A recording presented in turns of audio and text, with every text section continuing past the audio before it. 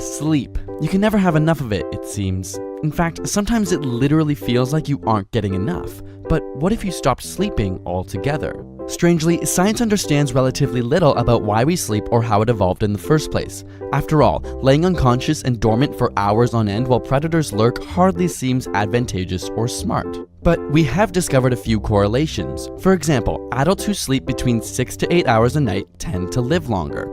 Excessive sleep, however, can lead to medical problems including cardiovascular disease and diabetes. Similarly, chronic sleep deprivation has been linked to aspects of cardiovascular disease, obesity, depression, and even brain damage. But what if you stopped sleeping right now? Well, after your first sleepless night, your mesolimbic system becomes stimulated and dopamine runs rampant. And this may actually trigger some extra energy, motivation, positivity, and even sex drive. Sounds appealing, but it's a slippery slope. Your brain slowly begins to shut off the regions responsible for planning and evaluating decisions, leading to more impulsive behavior. Once exhaustion sets in, you'll find yourself with slower reaction times and reduced perceptual and cognitive functions. After a day or two of no sleep, the body loses its ability to properly metabolize glucose and the immune system stops working as well. In some cases, 3 days of no sleep has led to hallucinations. Care about how you look? Studies have shown a direct correlation between sleep deprivation and a person's perceived beauty.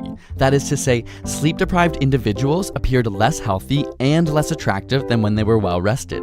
The longest scientifically documented case of being awake was 264 hours or 11 days. And while they did develop problems with concentration, perception, and irritability, the surprising truth is that they suffered no serious long-term health effects. In fact, no individuals under these documented conditions experienced medical, physiological, neurological, or psychiatric problems.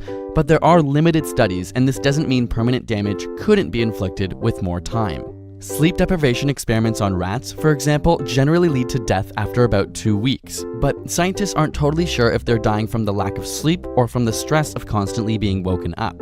Perhaps we should look at fatal familial insomnia for an answer, a rare genetic disease of the brain which causes progressively worsening insomnia or sleeplessness, leading to hallucinations, dementia, and ultimately death. This disease has only affected around 100 people in the world, but their average survival span was around 18 months. Over time, the lack of sleep becomes worse and the body's organs begin to shut down. So, while lack of sleep won't necessarily kill you quickly, continual sleep deprivation will have a negative effect on your body.